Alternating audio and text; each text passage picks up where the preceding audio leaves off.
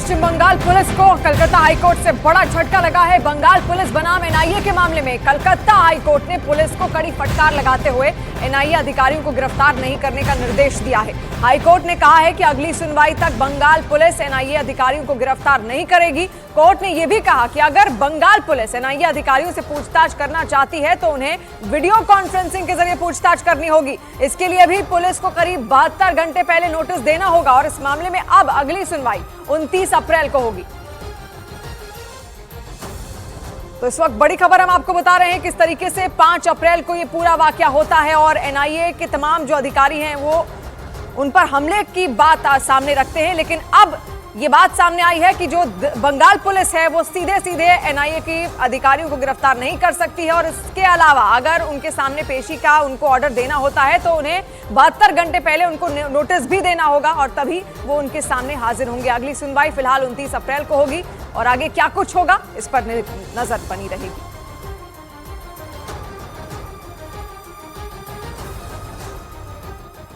महाकोश कच्ची घानी सरसों तेल और रिफाइंड सोयाबीन ऑयल चुनो सही। उत्तराखंड के ऋषिकेश और राजस्थान के करौली में प्रधानमंत्री मोदी करेंगे रैली। ऋषिकेश में दोपहर 12 बजे और करौली में शाम 3:30 बजे पीएम नरेंद्र मोदी करेंगे जनसभा।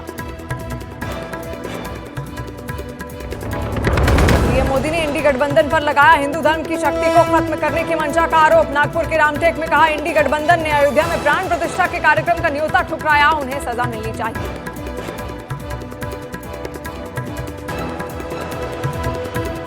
ये लोग हिंदू धर्म की शक्ति को भी समाप्त करना चाहते हैं।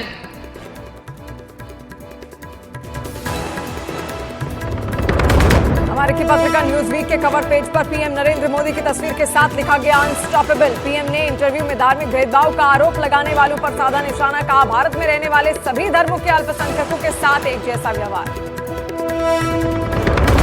राजस्थान के बीकानेर में विदेश मंत्री एस जयशंकर का आतंक पर करारा जवाब। कहा अगर आज के भारत में आतंकवादी घटना होगी तो जवाब उरी और बालाकोट से दिया जाएगा।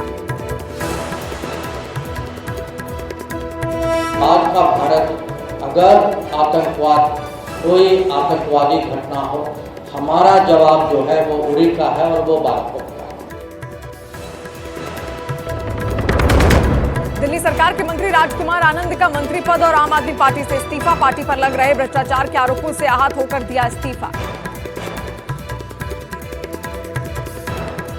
मैं अब इस पार्टी, इस सरकार और अपने मंत्री पद से इस्तीफा दे रहा हूं क्योंकि मैं इन भ्रष्ट आचरणों में अपना नाम नहीं जुड़वाना चाहता। राजकुमार आनंद मैंने इस्तीफा दिया है और अरविंद केजरीवाल के भ्रष्टाचार से पीड़ित होकर, कुपित होकर, दुखित होकर इस्तीफा दिया। यूपी के मुख्यमंत्री योगी आदित्यनाथ ने दंगाइयों को दी कड़ी चेतावनी। जम्मू की एक रैली में कहा यूपी में दंगाइयों को उल्टा लटका दिया जाता है।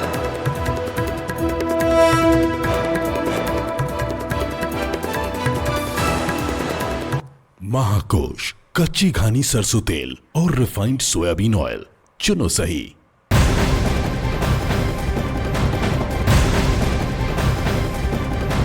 और अब बात दिल्ली से आई खबर की। लोकसभा चुनाव से पहले दिल्ली में आम आदमी पार्टी को बड़ा झटका लगा है। दिल्ली के मुख्यमंत्री अरविंद केजरीवाल जेल में हैं। वहीं दिल्ली सरकार में मंत्री राजकुमार आनंद ने अपने पद और आम आदमी पार्टी की सदस्यता से इस्तीफा दे दिया। राजकुमार आनंद ने कहा कि वो आम आदमी पार्टी पर लग रहे आरोपों से आहत हैं और इसी वजह से उन्होंने अपना इस्तीफा देने का फैसला किया है। इस दौरान राजकुमार आनंद ने अरविंद केजरीवाल और आम आदमी पार्टी पर गंभीर आरोप लगाए। उन्होंने कहा कि आम आदमी पार्टी का जन्म भ्रष्टाचार के खिलाफ हुआ था, लेकिन पार्टी भ्रष्टाचार के दलदल में फंस गई है। राजकुमार आनंद के घर नवंबर 2023 में ईडी की टीम ने छापा भी मारा था और अब उन्होंने अपने मंत्री पद से इस्तीफा दे दिया है।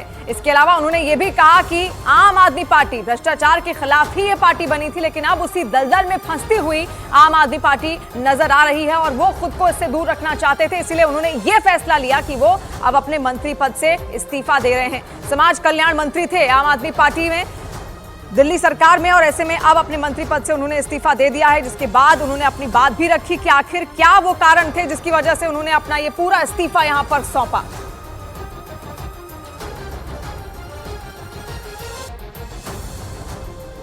मैं राजनीति में जब आया था, जब अरविंद केजरीवाल जी ने कहा था कि राजनीति बदलेगी तो देश बदलेगा,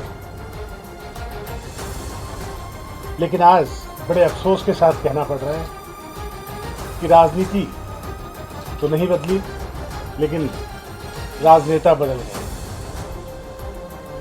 आम आदमी पार्टी का जन्म ही भ्रष्टाचार के खिलाफ आंदोलन से हुआ था, लेकिन आज ये पार्टी खुद भ्रष्टाचार के दलदल में फंस चुकी है।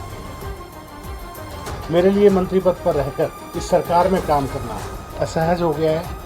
मैं अब इस पार्टी, इस सरकार और अपने मंत्री पद से इस्तीफा दे रहा हूं, क्योंकि मैं इन भ्रष्ट आचरणों में अपना नाम नहीं जुड़वाना चाहता।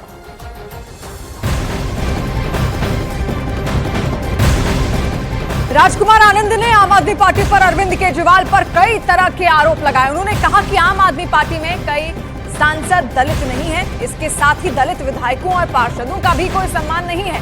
राजकुमार आनंद ने आरोप लगाया कि आम आदमी पार्टी बाबा साहेब के आदर्शों पर नहीं चलती, तो इस्तीफा तो राजकुमार आनंद ने अपना दिया ही अपने मंत्री पद से। इसके अलावा उन्होंने कई तरीके के आरोप भी लगाए पार्टी पर, आम आदमी पार्टी पर भ्रष्टाचार के आरोप लगाए, और इसके बाद उन्होंने ये भी आरोप लगाया कि वहां पर जितने भी दलित समाज के मंत्री हैं, एमएलए हैं, उनका सम्मान नहीं होता।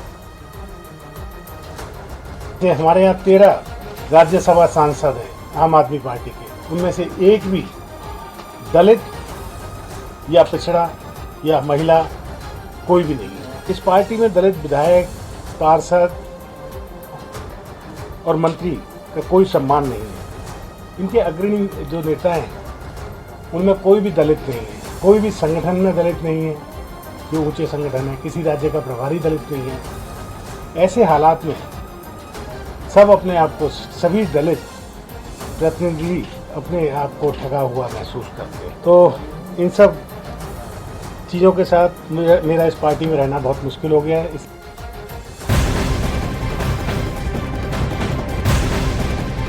दिल्ली सरकार में मंत्री राजकुमार आनंद के इस्तीफे के बाद बीजेपी नेता रविशंकर प्रसाद ने अरविंद केजरीवाल पर निशाना साधा।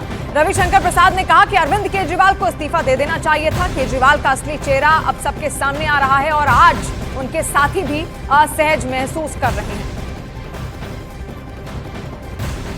तो केजरीवाल के साथी असहज महसूस कर रहे हैं, ये बीजेपी का कहना है। और ऐसे में राजकुमार आनंद के इस्तीफे के बाद से कई तरीके के सवाल यहां पर खड़े हो गए हैं, लेकिन बीजेपी नेता रविशंकर प्रसाद ने अरविंद केजरीवाल पर इसी को लेकर निशाना भी साधा।